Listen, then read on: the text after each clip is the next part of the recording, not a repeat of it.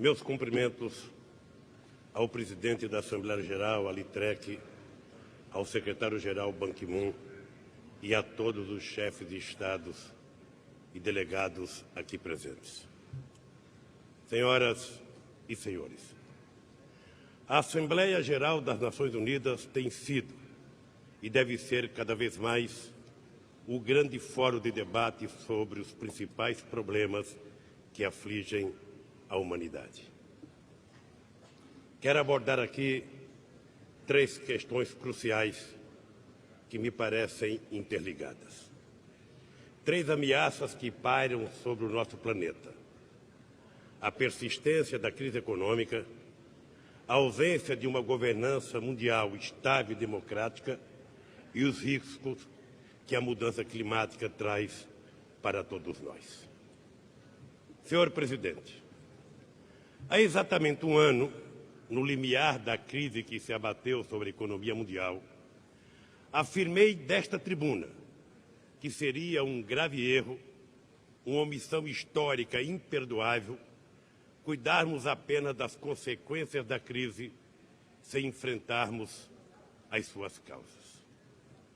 Mais do que a crise dos grandes bancos, essa é a crise dos grandes dogmas. O que caiu por terra foi toda uma concepção econômica, política e social tida como inquestionável. O que faliu foi um insensato modelo de pensamento e de ação que subjugou o mundo nas últimas décadas. Foi a doutrina absurda de que os mercados podiam autorregular-se, dispensando qualquer intervenção do Estado, considerado por muitos um mero estorvo. Foi a tese da liberdade absoluta para o capital financeiro, sem regras nem transparência, acima dos povos e das instituições. Foi a apologia perversa do Estado mínimo, atrofiado, fragilizado, incapaz de promover o desenvolvimento e de combater a pobreza e as desigualdades. A demonização das políticas sociais, a obsessão de precarizar o trabalho, a mercantilização irresponsável dos serviços públicos. A verdadeira raiz da crise foi o confisco de grande parte da soberania popular e nacional dos Estados e dos governos democráticos por circuitos autônomos de riqueza e de poder. Afirmei que era chegada a hora da política. Disse que governantes e não tecnocratas arrogantes deveriam assumir a responsabilidade de enfrentar a desordem mundial. O enfrentamento da crise e a correção de rumo da economia mundial não poderia ficar apenas a cargo dos de sempre.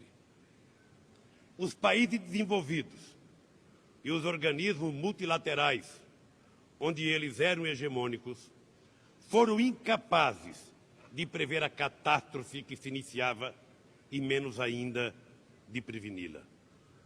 Os efeitos da crise se espalharam por todo o mundo, golpeando inclusive e, sobretudo, aqueles que há anos vinham reconstruindo suas economias com enormes sacrifícios.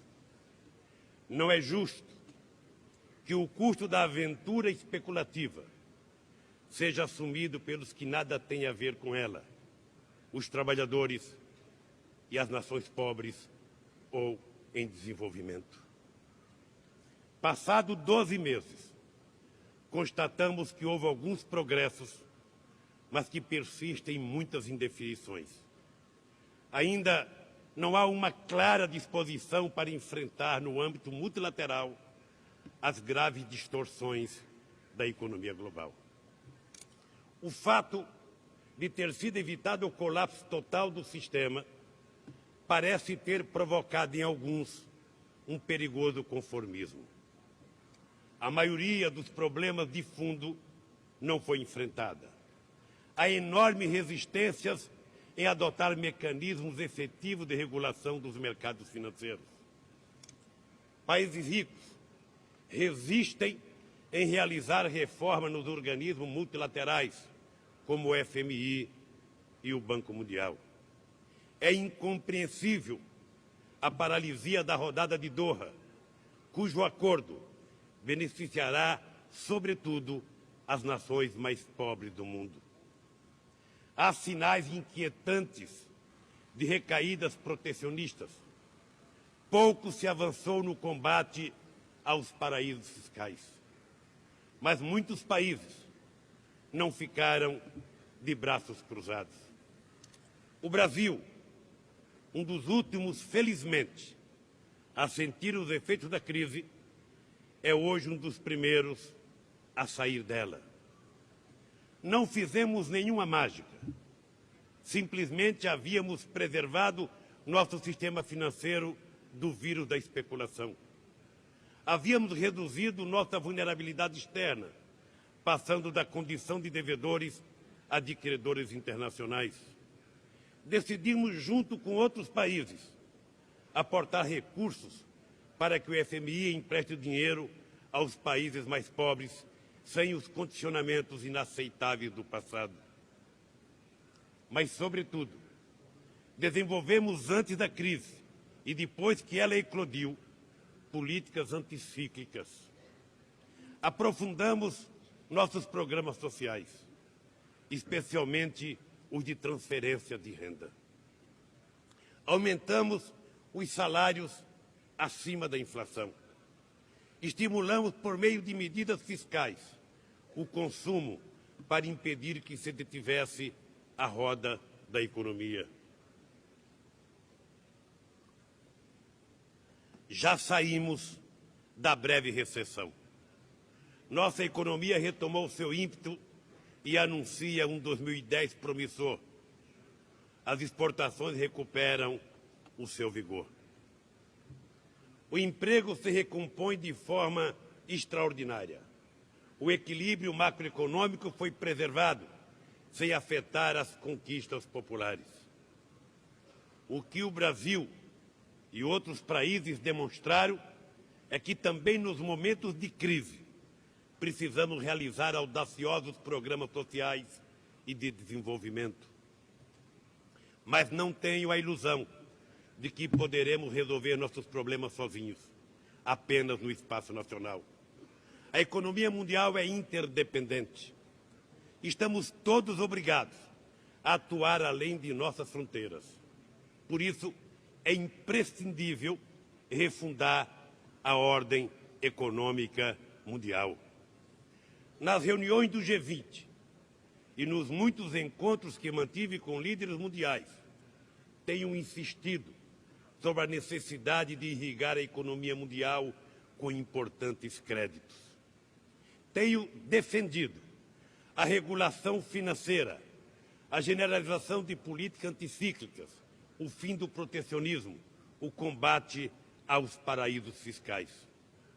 Com a mesma determinação, meu país propõe uma autêntica reforma dos organismos financeiros multilaterais.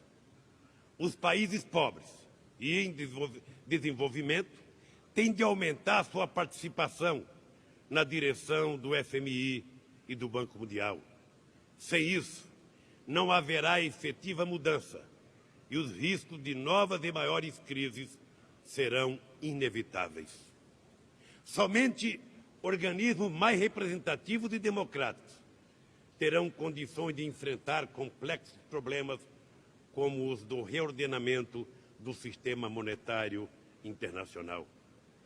Não é possível que, passados 65 anos, o mundo continue a ser regido pelas mesmas normas e valores dominantes quando da Conferência de Bretton Woods. Não é possível que as Nações Unidas e seu Conselho de Segurança sejam regidos pelos mesmos parâmetros que se seguiram à Segunda Guerra Mundial. Vivemos um período de transição no âmbito internacional. Caminhamos em direção ao mundo multilateral, mas também multipolar, seguindo as experiências de integração regional, como ocorre na América do Sul, com a Constituição da Unasul. Esse mundo multipolar não será conflitante com as Nações Unidas. Ao contrário, poderá ser um fator de revitalização da ONU. De uma ONU com autoridade política e moral para solucionar os conflitos do Oriente Médio, garantindo a coexistência de um Estado palestino com o Estado de Israel. De uma ONU que enfrenta o terrorismo sem estigmatizar etnias e religiões, mas atacando suas causas profundas e promovendo o diálogo de civilizações. De uma ONU que assuma ajuda efetiva a países como Haiti, que buscam reconstruir sua economia e seu tecido social, depois de haver recuperado a estabilidade política. De uma ONU que se comprometa com o renascimento africano, que hoje assistimos. De uma ONU capaz de adotar políticas eficientes de preservação e ampliação dos direitos humanos. De uma ONU que possa avançar no caminho do desarmamento, estabelecendo um real equilíbrio entre este e a não proliferação. De uma ONU que lidere cada vez mais as iniciativas para preservar o ambiente. De uma ONU que, por meio do ECOSOC, incida nas definições sobre o enfrentamento da crise econômica. De uma ONU suficientemente representativa para enfrentar as ameaças de paz mundial por meio de um Conselho de Segurança renovado, aberto a novos membros permanentes. Senhor Presidente, não somos voluntaristas, mas sem vontade política não se pode enfrentar e corrigir situações que conspiram contra a paz, o desenvolvimento e a democracia. Sem vontade política, persistirão anacronismos como o embargo contra Cuba. Sem vontade política, continuarão a proliferar golpes de Estados, como o que derrocou o presidente constitucional de Honduras, Manuel Zelaya, que se encontra desde segunda-feira refugiado na Embaixada do Brasil em Tegucigalpa.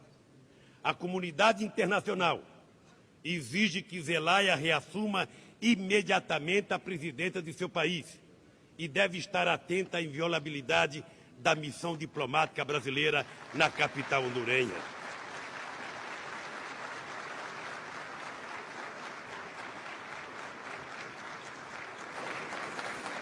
Sem vontade política, por fim, crescerão as ameaças hoje representadas pela mudança climática no mundo.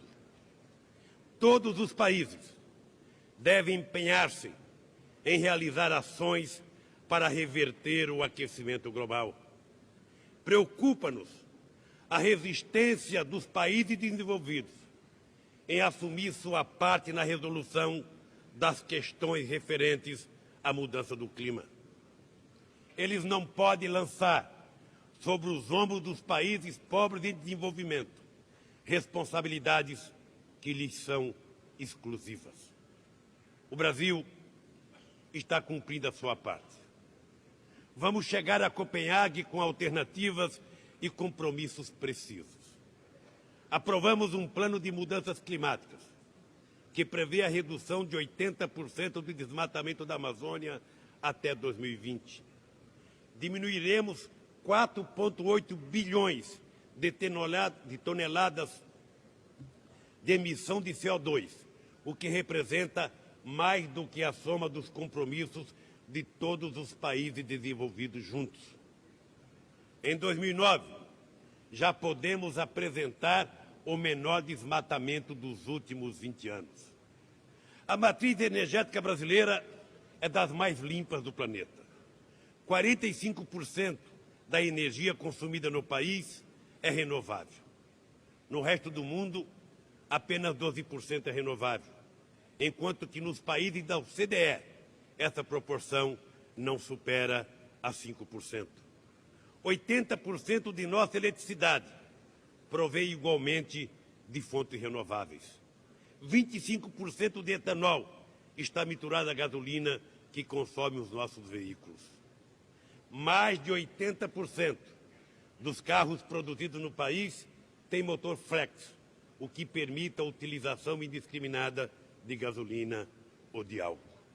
O etanol brasileiro e os demais biocombustíveis são produzidos em condições cada vez mais adequadas, sobretudo a partir do zoneamento agroecológico que acabamos de implantar, mandando para o Congresso Nacional.